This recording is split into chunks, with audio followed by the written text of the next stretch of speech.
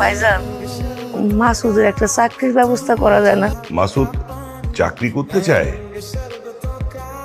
আচ্ছা ঠিক আছে, ওকে ঢাকা পাঠিয়ে দে, দেখি কোনো ব্যবস্থা করা যায় কিনা।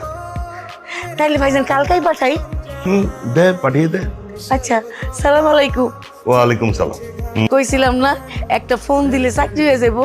মা, আমি চাকরি পেলে তোমারও ঢাকা নিয়ে যাও। আচ্ছা নিস। হিরুন না? হ্যাঁ। আমি আমি আমি মাসুদ, গ্রাম থেকে আইছি।